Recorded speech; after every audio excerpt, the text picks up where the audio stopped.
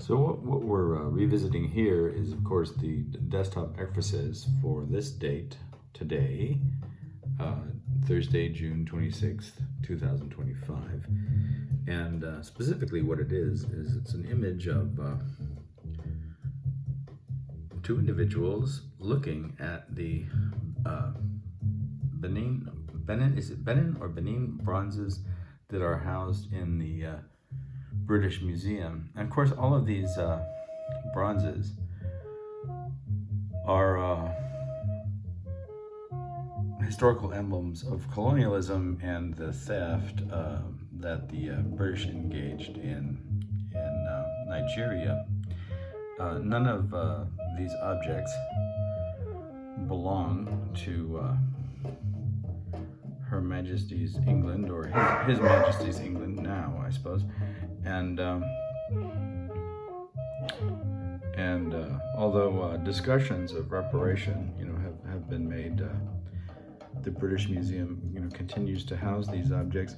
One of the really interesting things about this form of colonial mentality, which is of course the title of the Fela Kuti song being played by the band Sticks and Stones in the background, which is Matana Roberts and Joshua Abrams and Chad Taylor on drums, is that they can tell the story of the theft and yet continue to justify the collection. I should probably say something about my relationship to colonial collections of objects like this. One of the first performance pieces that I did as a semi-adult, I guess, I was in junior high school. I think this was, the year was either 1977 or 1978, I did a performance in which, this was at the time when, you have to understand that this was at the time when the artifacts from the tomb of Tutankhamun were circulating in the United States, and this exhibition was another example of this collection of valuable objects that had been stolen, and in this case tomb robbed, right? Like we have Indiana Jones and Tomb Raider, and the individual that was responsible for the archaeology, what's his name now? It escapes me. His sponsor was named Lord Carnarvon, and this was what was his name? Well, you can look it up. But the practice, right, of stealing things from Egyptian tombs and stealing ceremonial and sacred objects from colonies in Africa and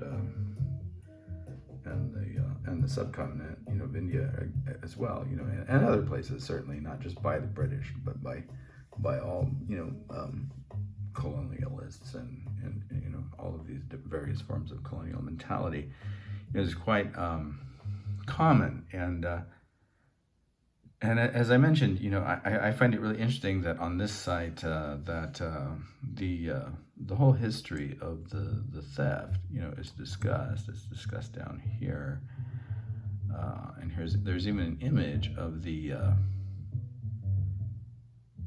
there's an image of these thieves, right? And what else do they have? They have elephant tusks because Happy's not a person. Well, you can look up Happy and find out what I mean by that. We still don't have protections of intelligent animals in the United States or elsewhere. You can more or less do it with them what you want, and perhaps that's why people like the unsavory neighbor that we talked about the other day can walk by and yell at your dog, and with more or less impunity, right? Because humans are allowed to say shut up to a dog, but dogs aren't allowed to say shut up to a human because, they're just not people, right? And you can see that the animals, who lost their tusks here, weren't conceived of as people. So here's the loot, and then they tell the story of the looting, but then they manage to justify the we've lost colonial mentality. I'm gonna go. I'll move this over a little bit, and I'm gonna go return to the tune that we used for the desktop MPCs. Colonial mentality, and play that again. I didn't take into account. Let me see if I can put this on a loop. I might be able to. Okay, so now it's on a loop, and anyway, so here's the narrative. This is all from this British Museum site. I'll put a link up to that site on the other piece. So there are a few images here on this page, and they're not loot protected. So I'm gonna go ahead and steal them in the fashion of the colonialist mentality. I'm gonna go ahead and just steal these images, loot them. Let's see if I can. There's one. So we're placing that on the desktop, and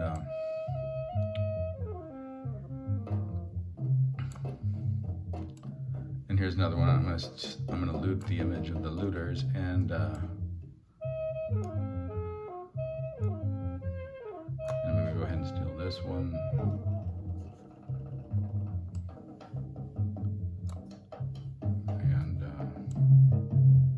And these thefts that I'm performing here, obviously they have,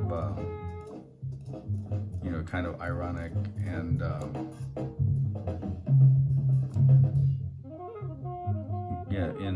I think it's in Dante, the punishments that are. This is something else. I won't steal these. There are other stolen artifacts from other places. I'm just interested in the Benin bronzes at this point. But I think it's called contrapasso. So the irony is that you get the punishment that you deserve, that somehow reflects the nature of the crime. And this is our little contrapasso section over here. Now, the other thing that I wanted to point out in this discussion, and I suppose this falls under our study of various forms of irony, and perhaps under a new study of hypocrisy as well. So this particular image of the looted objects cannot be looted. See, it's loot-proof. The British Museum has loot-proof. I'm trying to steal this one now. I don't know if you can see that. I'm trying to steal this image, but I can't. And then if you go here to the larger, now we have 4 images that we were allowed to loot, and this isn't one of them. I can move this around, but it's loot-proof. See, I can't steal it. I can't take it off the desktop. It won't go.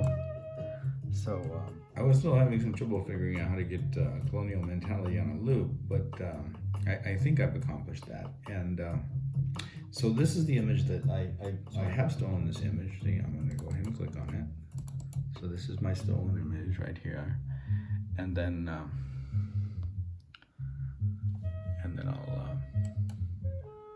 I'll close that out, and then that's the image that we haven't stolen.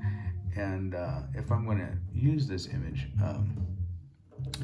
here the trustees of the British Museum tell me how to go about doing that. Using this image, please note that images on this database have been taken for a variety of purposes and may not be suitable for publication or any commercial use. Commercial use: to license images charged for journals and publications and other commercial uses, please contact sales at British Museum Images. So not only are the artifacts the objects stolen by the British Museum, but the images now of the artifacts belong to the British Museum as well. And although they've justified their failure to return the artifacts that were stolen from Nigeria, they expect us to respect their ownership of the images. Now, presumably, even if the artifacts were ever returned to Nigeria, which seems unlikely, right? But even if it were, would they change their policy regarding the images? In other words, they would still claim the ownership from these images that the British colonists had stolen from Nigeria, even after returning the artifacts, which are responsible for the images themselves, right?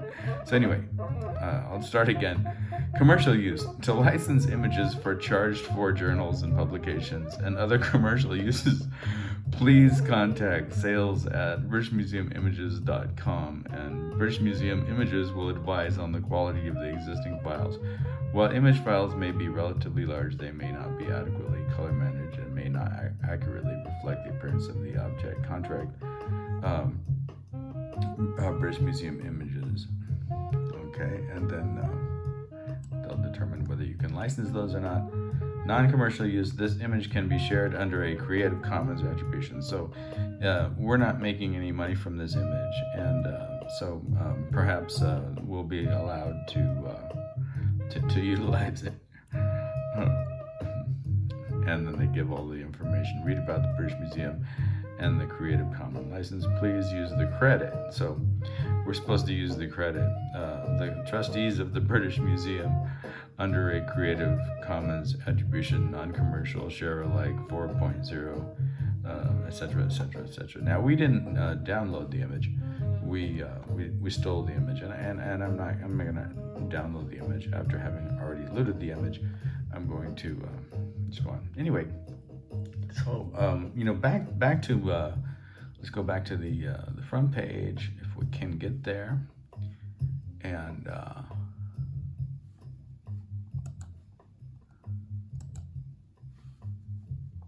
where are we here? Oh, this is something else. Let me see. Let me go back and open that up again.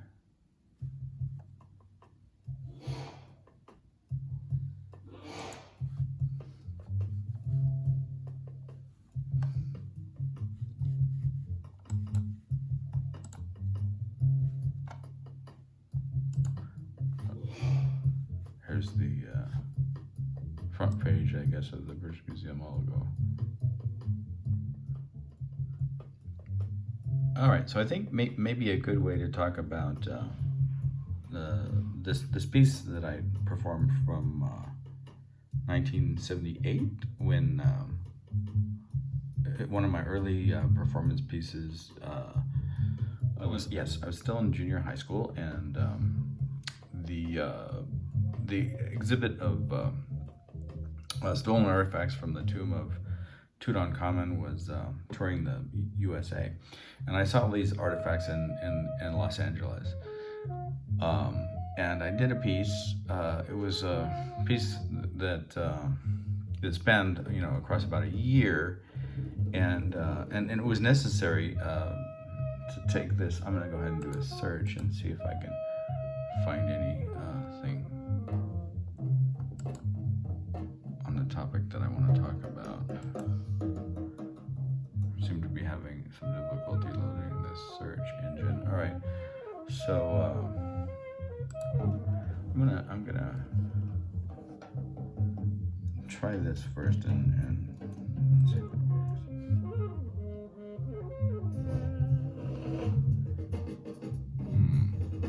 Not what I was looking for, but Howard Carter, that's the name of the individual that performed this particular archaeological excavation and theft of the tomb of the boy King Tutankhamun. His sponsor was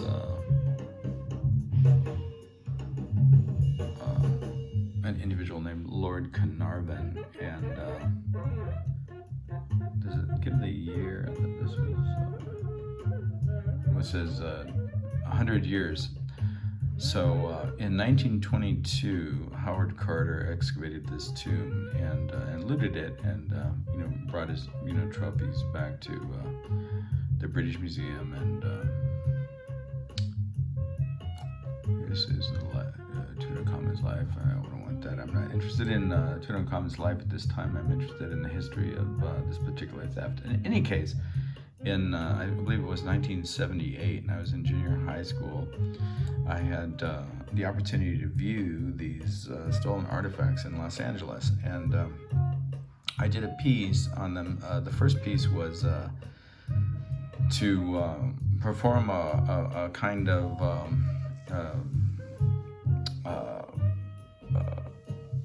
parody of the Egyptian priests' mummification of the pharaoh, and I used a frog that I acquired from my biology instructor, and I performed this mummification. I believe there's a description of all of this, somewhere on the site, but our site has something like 2,000, almost 2,300 videos, so it might be hard to find. There's no reliable roadmap for all of this work, in spite of all of the playlists that we have that sort of masquerade as a map or key to our maze. But I believe that somewhere on the Contracting Phi through Theta site there's a description of the two moments of the performance. So the first moment of the performance was the mummification of this frog. I believe that I named him Tom and Frog, and I created out of pieces of wood and found objects and aluminum foil and these various artifacts that he was buried with, and he had a canopic jars for his internal organs, and the removal of his brains was done according to the manner of ancient Egyptian mummification processes, and certain prayers from the Egyptian Book of the Dead were read over the frog, and then he was interred, and then cut to a couple thousand years later, and or actually I guess it would have been more like 4,000 years later, 3,000 years it says, right? So cut to more than 3,000 years later, and that little cut was edited into the contemporary span of a year, and the very next year then I excavated the tomb and talked about how it had been looted. It was interesting too, because I remember in the history of this particular theft, Howard Carter, in his notes and journals, would talk about how there had been lootings of King Tutankhamun's tomb across the span of that 3,000 year period. But what he was doing, he didn't consider, much in the manner of the British Museum, right? What he was doing, he didn't consider theft. Somehow this label of archaeologist gave him a kind of status. Those kinds of statuses that are granted by terms like this, that this is the hallmark of civilization, this is science, is an example of what we're listening to, is an example of colonial mentality, so that he could describe these individuals, who were mere Egyptian thieves, but his work was, historically motivated and not theft, right? Is an example of this colonial mentality. And so anyway, in my performance of this Howard Carter-like figure, a year later, excavating the tomb, I talked about how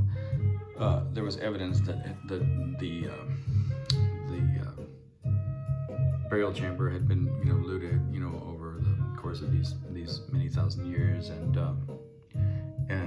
then we excavated the objects and talked about the objects and all of that. So, like I said, I think there's a longer, description. But one of the things I was interested in is this ability, like, to both, tell the truth and not see the implications of the hypocrisy, which belongs, to the somehow like privileged position of regarding oneself as, the caretaker of the world's, objects. And in a certain sense, we're reenacting this all of the time now under our new authoritarian presidency, right? So that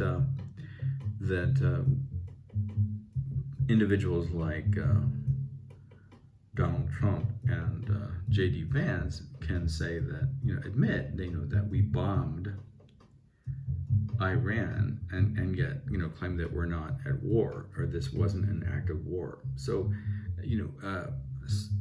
I don't think that it would occur to anyone to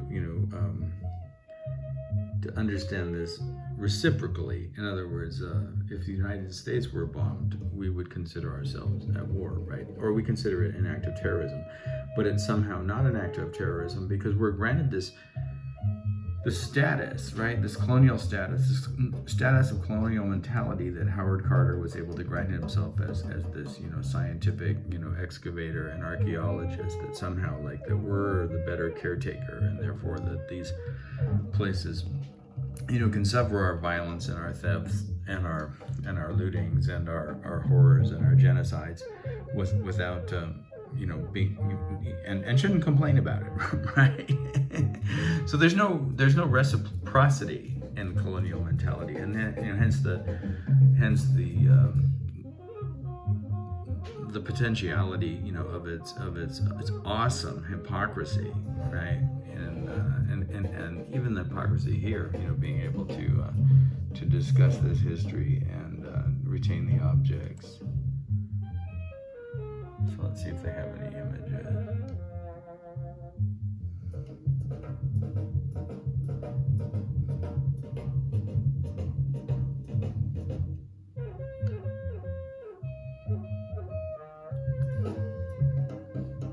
This is not an image from the tomb of Tutankhamun. This is clearly a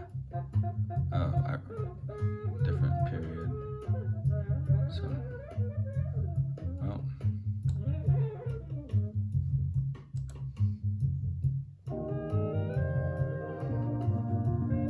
Yeah, I don't know if I want to sit through all of this.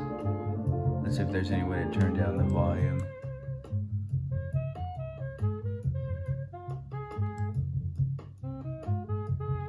Now this is clearly from the tomb of Tutankhamun, this object. This is Akhenaten, the pharaoh before him. Let's just see what they're talking about. Son, known as the Alto. And during his 17-year reign, Akhenaten had the temples of gold. So this is all Egyptian history, and in a sense, all of these talking heads, are enlisted, sort of to justify the theft, right? Like we're responsible for this history, and after Akhenaten's death, within a very short time, his idea. See if there's anything else. These are photos from the actual looting of Tutankhamun's tomb by what's his name? Howard. Two more views inside the antechamber, the first chamber of the Yeah, I remember these. I remember these images. Howard Carter. Howard Carter took these, I suppose, or one of his assistants. And there's the talking head again, justifying the theft. This is the actual. Began in the 1960s and went on several decades. So this is the background. This is Tutankhamun and his history, where he was.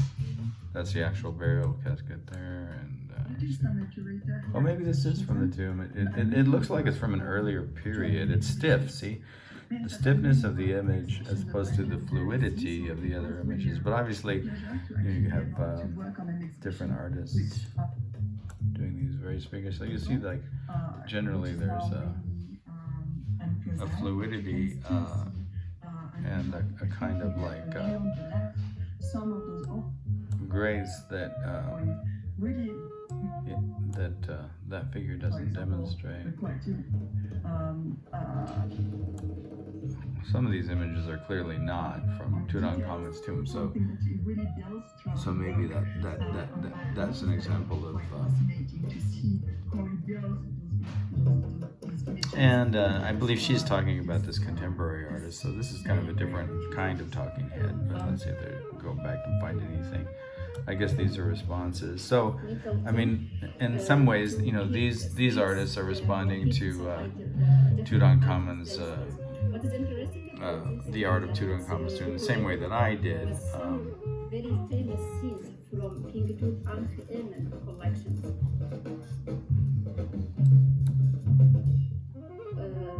The conservation work discovered the name of King Tutankhamun's embroidered. Would you like to give a comment on that? Yeah, absolutely. The statue was made of a hardstone called granodiorite. All right, so we don't know exactly where it was found, but